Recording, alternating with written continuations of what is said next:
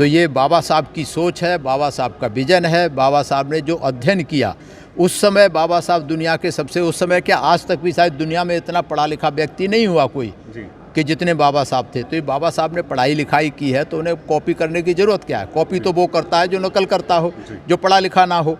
बाबा साहब को तो ज़रूरत नहीं थी कॉपी करने की। ये सब दुष्प्रचार है केवल वो दिखाने के लिए। जी नमस्कार, मेरा नाम है सुरेंद्र सिंह और आप देख रहे हैं SM न्यूज़। मेरे पीछे आप देख रहे हैं वो महामानव जिसके नाम से लोग डर जाते हैं। वह नाम जो क्रांति का एक नाम है, बाबा साहब डॉक्टर BR अम्बेडकर, जिन्होंने शोषित वंचित समाज को ही नहीं पूरे देश को ताकत देने का काम किया।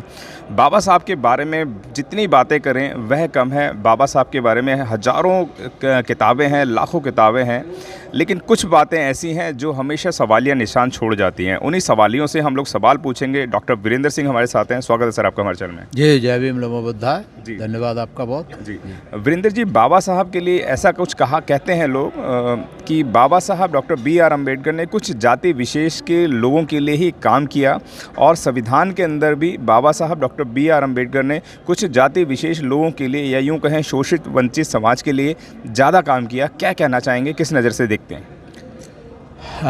आपका सोचना सही है लोगों का जी, लेकिन मेरा अपना मानना है ये वो लोग हैं जी, कि जिन्होंने संविधान को पढ़ा ही नहीं। जी, और मेरा अपना मानना है कि संविधान को जो भी व्यक्ति पढ़ लेगा, किसी भी जात बिरादरी धर्म का है, अगर एक बार पढ़ लेगा तो पढ़ने के बाद समझ आएगा कि बाबा साहब ने शोषित वंचित के लिए क्या किया और देश के लिए क्या किया, सर्व समाज के लिए क्या किया। तो ये भ्रांतियां फैलाने वाले लोग हैं, और मैं कहूँगा कि दोष उनका भी नहीं है, कोई जब तक पढ़ेंगे नहीं तब तक पता नहीं चलेगा। तो उनको लगता है, इवन हमने तो देखा है कि शोषित समाज के लोग भी, जो शेड्यूल कास्ट के OBC के लोग भी यही कहते हैं कि बाबा साहब ने रिजर्वेशन दिलाया, संविधान लिखा। इसके अलावा बाबा साहब ने और क्या किया है ये न हमारे लोग पढ़ते हैं, न बताते हैं, न जानते हैं। तो बाबा साहब ने जितना किया है, बाबा साहब को आधुनिक भारत का हम आर्किटेक्ट या पिता कह सकते हैं। आज जो भारत है उसको देने वाले, उसको बनाने वाले बाबा साहब डॉक्टर अम्बेडकर हैं, जिसमें सर्व समाज के लोग हैं।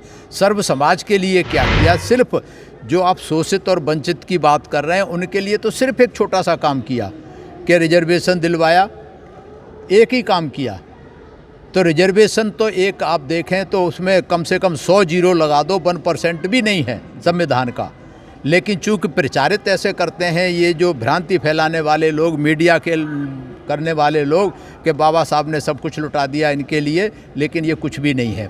और जो है भी, जो दिया भी है, आज की तारीख में अगर हम बात करें पिछले 5-10 साल की, तो जो रिजर्वेशन के नाम पे आज सब कुछ प्राइवेटाइज कर रहे हैं, तो रिजर्वेशन के नाम पे कुछ भी नहीं है, केवल कानून है, केवल प्राविधान है, लेकिन धरातल पे अगर देखा जाए तो कुछ भी नहीं है। और अगर हम क्लास 1 सर्विस की बात करें तो देश को आज़ाद हुए करीब 75 साल हो गए।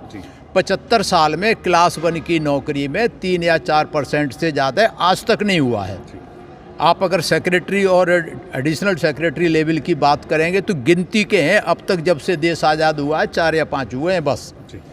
तो रिजर्वेशन का फ़ायदा नहीं हुआ, ये सिर्फ दुष्प्रचार है, कहने की बात है। हाँ, बाबू भर्ती जरूर हो गए, उनकी थोड़ी बहुत हो गया तो उससे कोई हो नहीं था। आप लगातार बाबा साहब की इतनी बात कर रहे हैं, मैं आपके माध्यम से जानना चाहूँगा कि बाबा साहब ने ऐसे कौन कौन से कार्य करे हैं जो लगता है कि सर्व समाज के हित में हैं? को पहली बात तो ये है कि जो संविधान लिखा है बाबा साहब ने, उस पर कहीं एक लाइन भी नहीं है कि भाई ये किस समाज के लिए है। वो पूरे देश के लिए है, सर्व समाज के लिए है।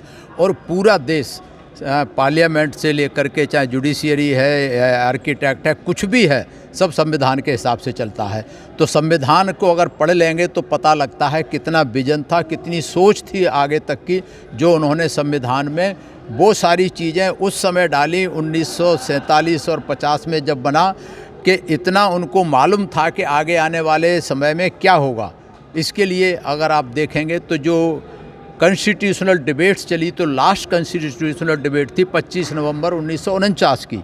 उसमें उन्होंने विस्तार से कहा है कि संविधान अच्छा है या बुरा है ये निर्भर करेगा कि उसको चलाने वाले कैसे लोग हैं। अगर संविधान को चलाने वालों की मानसिकता ठीक है तो संविधान अच्छा साबित होगा, अगर मानसिकता ठीक नहीं है तो ये खराब साबित होगा। ये उन्होंने उस समय कह दिया था और आज वो चीज़ आपके सामने आ रही है जो उथल पुथल देश में हो रही है, वो सब बाबा साहब ने उसी समय कह दिया था 25 नवंबर 1949 को। तो विजनरी थे, उनको दिखाई देता था। और जो आज आधुनिक भारत देख रहे हैं, ये जो भाखड़ा नांगल बांध और जितने नाग बना, हीराकुंड बांध, जितने भी बांध बने, जितने नहरें बनी, ये सब बाबा साहब की देन है। जो महिलाओं के लिए मैटरनिटी लीव दी, ये जो है बाबा साहब की देन है। जो लेबर के कानून बनाए गए, पहले 12-15 घंटे लेबर को काम करना पड़ता था और मर्जी से तनख्वाह देते थे। मिनिमम वेजेज का एक्ट बाबा साहब ने बनाया, लेबर लॉ बाबा साहब ने बनाए, छुट्टी का जो प्रावधान है हफ्ते में 1 दिन वो बाबा साहब ने बनाया, और ऐसे कितने सारे काम किए। लेकिन ये कब किए थे, ये बहुत महत्वपूर्ण है जानना। ये तब किए थे जब बाबा साहब 1942 से लेकर 1946 तक वायसराय की काउंसिल में वो लेबर मिनिस्टर थे। देश को आज़ाद होने के बाद तो देश के चलाने वालों ने बाबा साहब को मौका ही नहीं दिया काम करने का। अगर बाबा साहब को मौका दिया जाता आज़ाद भारत में तो शायद भारत की तस्वीर कुछ और होती, ऐसा मेरा मानना है। और मैं ये डॉक्यूमेंट्स के आधार पर बाबा साहब से मैं कहता हूँ, मेरी बात कोई ना माने, आप भी ना माने, सारी चीज़ें देख लें। आप गूगल पे अवेलेबल है कि बाबा साहब द्वारा किए गए भारत के लिए काम, बहुत बड़ी लिस्ट है, मैंने तो 4-5 बताए हैं। तो सब देश के लिए क्या है, शोषित के लिए तो जो थोड़ा सा किया है वो भी सरकारें पूरा नहीं करने दे रही। आप थे हमारे साथ वीरेंद्र सिंह। बाबा साहब डॉक्टर B.R. अम्बेडकर ही एक ऐसी शख्सियत हैं जिनके पूरे भारत के अंदर सबसे ज़्यादा प्रतिमा यानी कि सबसे ज़्यादा आपको मूर्ति मिलेंगी। बाबा साहब का नाम ही ऐसा है जो किसी सवालिया घेरे में नहीं आता है। बहुत सारे लोग ये भी कहते हैं कि बाबा साहब ने जो संविधान है वह कॉपी पेस्ट करा है, ये भी हम लगे हाथों जान लेते हैं। बहुत सारे लोग ये भी कहते हैं कि बाबा साहब ने चोरी करी है संविधानों की। क्या कहना चाहेंगे? देखो, कहने वाले तो कुछ भी कहते रहेंगे, किसी का कोई मुंह नहीं पकड़ सकता। लेकिन अगर संविधान की बात करें, अगर आप बुद्ध का साहित्य पढ़ेंगे, बुद्ध ने समता, मैत्री, बंधुत्व के आधार पर जो धम्म दिया था, तो ज़्यादातर जो इसमें प्रोविज़न है वो बुद्ध धम्म के साहित्य, बुद्ध धम्म से लिए गए हैं। किसी देश से कहीं से कोई चोरी या कॉपी का कोई सवाल नहीं है इसमें। तो ये बाबा साहब की सोच है, बाबा साहब का विजन है। बाबा साहब ने जो अध्ययन किया उस समय, बाबा साहब दुनिया के सबसे, उस समय क्या आज तक भी शायद दुनिया में इतना पढ़ा लिखा व्यक्ति नहीं हुआ कोई कि जितने बाबा साहब थे। तो ये बाबा साहब ने पढ़ाई लिखाई की है, तो उन्हें कॉपी करने की ज़रूरत क्या है? कॉपी तो वो करता है जो नकल करता हो, जो पढ़ा लिखा ना हो।